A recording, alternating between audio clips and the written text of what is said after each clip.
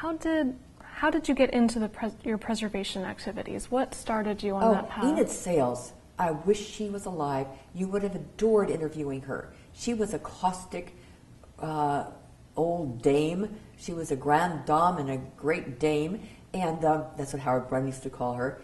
And she was ferocious about historic preservation. She had saved a huge block of Victorian homes in San Francisco, kept them from being demolished, and then she moved to Carmel and took up the cause here, and she started the Historic Preservation Foundation and asked me to be on the board with some other fine people like Jim Wright and Howard Brunn and many others. And so she fought to save some of the old houses and the old cottages in town, including the first Murphy. So the first Murphy house was built by, this young Murphy for his mother and father. And it was kind of, at the time, hidden on Mission Street in some other, behind some other buildings that had been built up around it. And Edith said, let's save that darling little building and move it. So she got Jean Grace, who was then mayor, to dedicate First Murphy Park, which was city-owned property, kitty corner from the library on Lincoln and 6th, for this purpose. So it became a park with a lot of trees, and the First Murphy house was lifted by crane and run through downtown Carmel to its place and then deposited.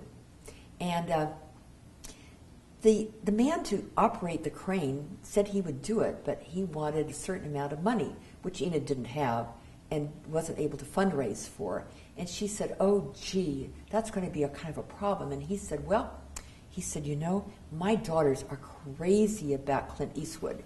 If you could get him to sign an autograph picture or to pose with them, or me, I forget what he said, then I'll just forgive the cost. So Enid got a hold of Clint Eastwood. He said, of course.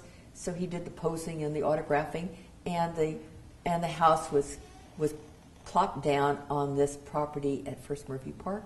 And then Enid had the help of architect Brian Congleton and construction people and to fund the restoration of the house, and it was done just very, very nicely. Today, the Carmel Historic Society operates the First Murphy House and runs it as like a little visitor center of historic interest. Wow. How did that relationship with Enid Sales carry over into your work on the city council? Well, I was very influenced in her feeling for preservation. And of course, ever since the day when they tore down that marvelous Fox Theater in San Francisco, I had been lamenting the loss of historic buildings. So it was a good, natural, easy fit for me.